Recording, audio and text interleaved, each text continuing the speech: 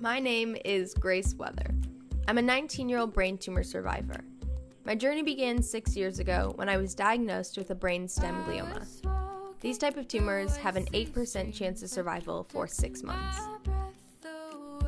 A couple years after my diagnosis, I set out to write a book about my unique story and the story of 11 other brain tumor survivors. We called it You're So Lucky. After the initial release of the book, I started traveling the world and living my dreams beyond my wildest imagination. Hey, what's up, Grace? No surprise, Grace Weather is everywhere right now thanks to her starring role. I balanced my work in entertainment with work in activism and got to go to the United Nations headquarters in New York City and spent the last year on Capitol Hill in Washington, D.C. fighting for brain cancer legislation with our members of Congress. 6 years later, my tumor is stable, but I still fight every single day. And I know a lot in my life has changed since the release of the book. And a lot has changed with the other survivors as well. So I wanted to come back and give them a chance to say a few more words. Welcome to the next chapter.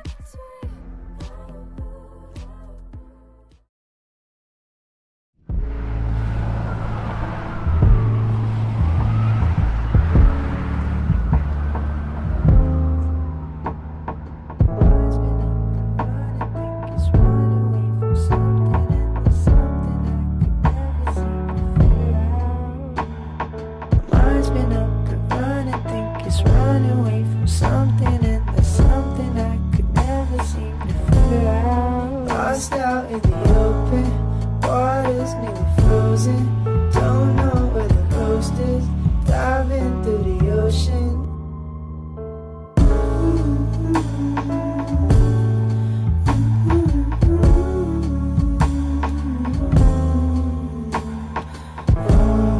Crawling back again, don't know what's the mood, but I can't wait no more.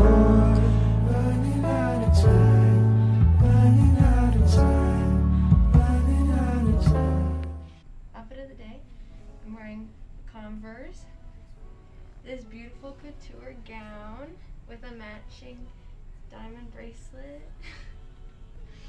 and a golf weighing mask, thanks to Tyler, the creator.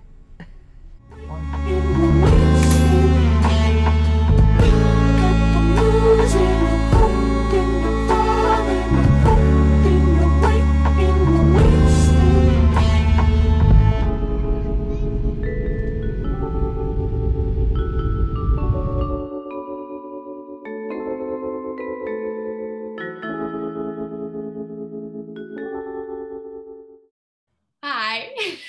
Hi. How are you doing? Pretty good. And yourself? I am doing good. For people who don't know, this is my very good friend, Gigi. She is, I'd say, person number one that probably came into this project and into this book. And she was really the start, I think, of this little community of people that I started building over these past couple years. I'm going to tell the story of how we met, if you're okay with that. Yeah, of course. So I don't know if you know this or not, but I actually tell this story very frequently because I'm on Zoom calls almost every day with members of Congress talking about the reality of these illnesses. A lot of people think that these brain tumors are rare and not many people have them, and that they have a really high survival rate. Sometimes that's not the case. They're not rare, they're just unseen to the people around us. And that is how Gigi and I met. We were both homeschooled and we had to go in once a year for science labs. There was like less than 5 kids in our class, and I got to talking about my brain tumor somehow. We were like doing science cells and I was like, oh, I know what that is. I have a brain tumor. And Gigi leaned across the table and said that she had a brain tumor too. I think that's just a perfect example of how this illness is all around us and everyone is going through something, whether they choose to share it or not. Walking down the street, we don't look like people who are fighting brain tumors, but that is our reality. And so I try to take that lesson into everything I do on a daily basis. That cashier at the grocery store is going through something. That person yelling at someone at the car rental place, I don't know where I came up with that, but they're going through something too. And a lot of our lives are hidden. I think meeting Gigi in that way made me realize even more that I should share my story as much as possible, because you never know who needs it or who is going through the exact same thing. For people who don't know you or haven't read your part of the book, can you give a little recap of everything pre-book and how you ended up here in your medical journey? Yeah, of course. So pre-book, I'd say that I had symptoms basically since I was born, but we didn't really know what it was. And then I started getting really bad headaches in like middle school, migraines, and then visual disturbances. So I went to see a neurologist and they told me I had a cyst. So we were kind of told, oh, it's a cyst, it's not causing these problems, you're fine. But then the headaches persisted, and then I had more symptoms that just kind of started tacking on. By 8th grade, I would have a constant pressure headache. I acquired a movement disorder due to the inflammation in my brain, and a bunch of other symptoms and lists. And then my freshman year of high school, I decided that I really couldn't handle being in school, so that's why I went online. And I had surgery. And so this is 4 years post-op. I had my surgery on December 7th, which is also my dad's birthday. So happy birthday, Dad.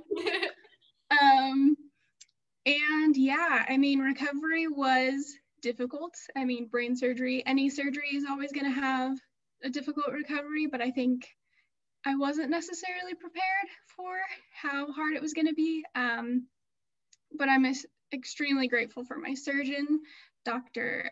Kim, and all of the people that I found through support with Grace from Can't Make a Dream, and then from my support group on Facebook for pineal cystic tumors.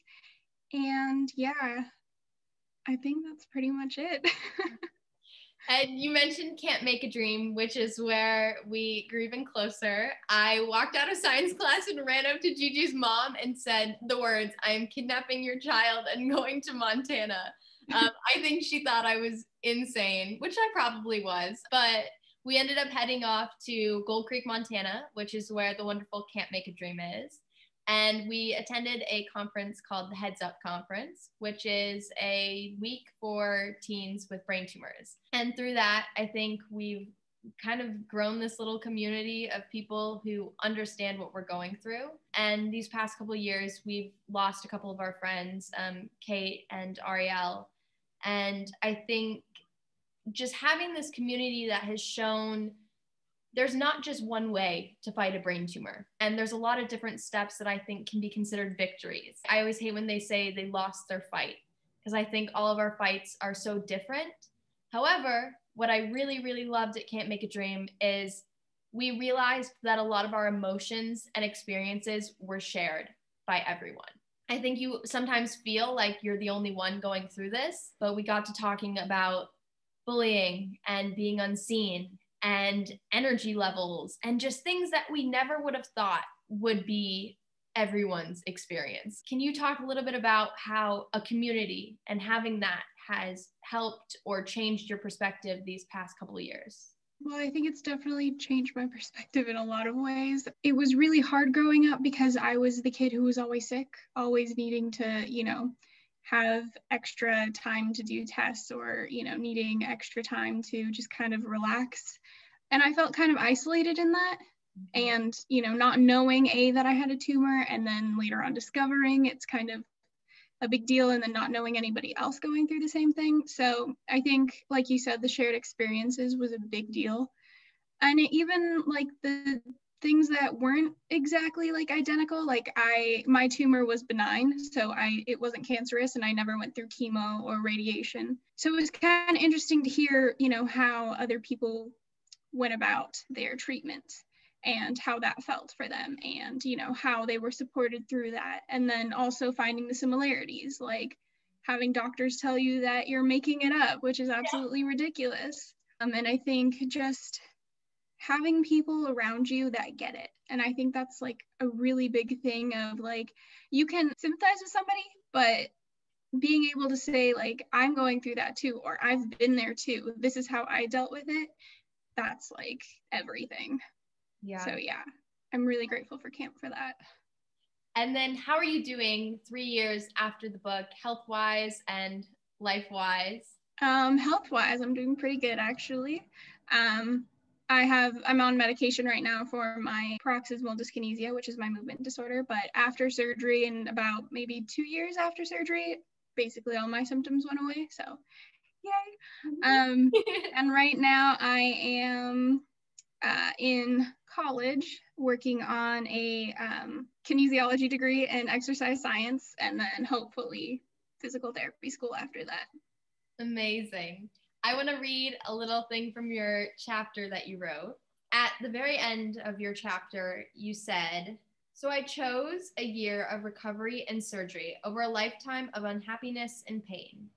Bob Marley once said, "You never know how strong you are until being strong is your only choice."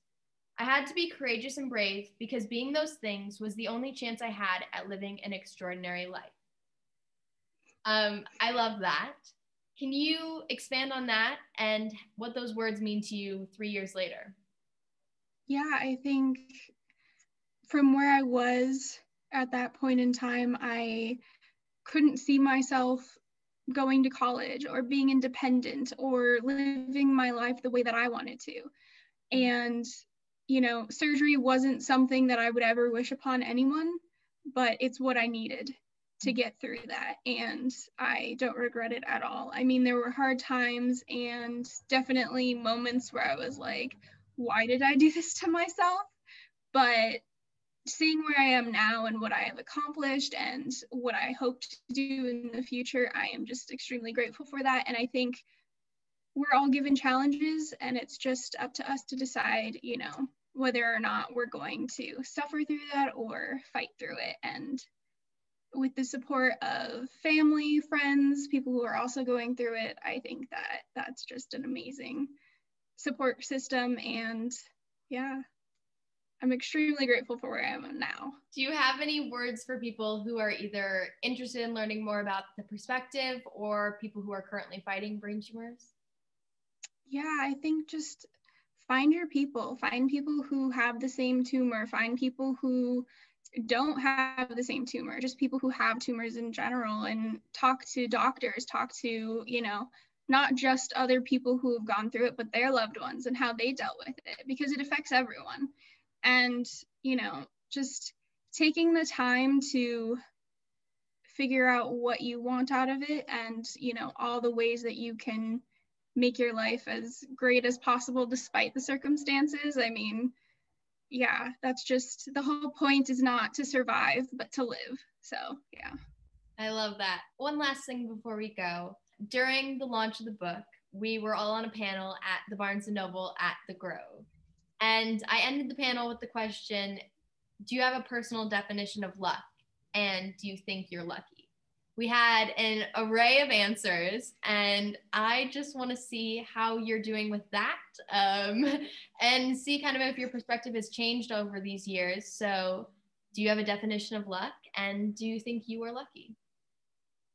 I think that luck is dealing with the cards that you have in the best way for you. I don't think that it's something that just happens. I think that we can create our own luck or destiny, whatever you want to call it.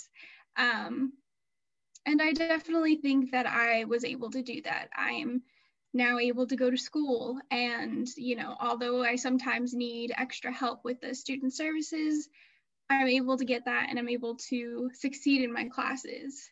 And I'm just in a place where I can accomplish what I set my mind towards, and I didn't think I was going to be there 4 years ago. So yeah, that's my luck. Awesome. I love that so much. Thank you, Gigi, for coming on. Thank you. Gigi's like my best friend, guys. So this is like, it's hard to be professional. I am so glad you're doing well. And I'm so glad we got to share your story with everybody. I think it really is such an interesting perspective to have two of us who ended up in the exact same place unknowingly. The members of Congress have heard the story many times, and they all, you know, I think it shocks people, because you never think it's going to be you or your family. The second it is, everything changes and you suddenly have a new perspective on the world. So thank you for being a part of that story and allowing me to have that new perspective as well. Well, thank you for having me.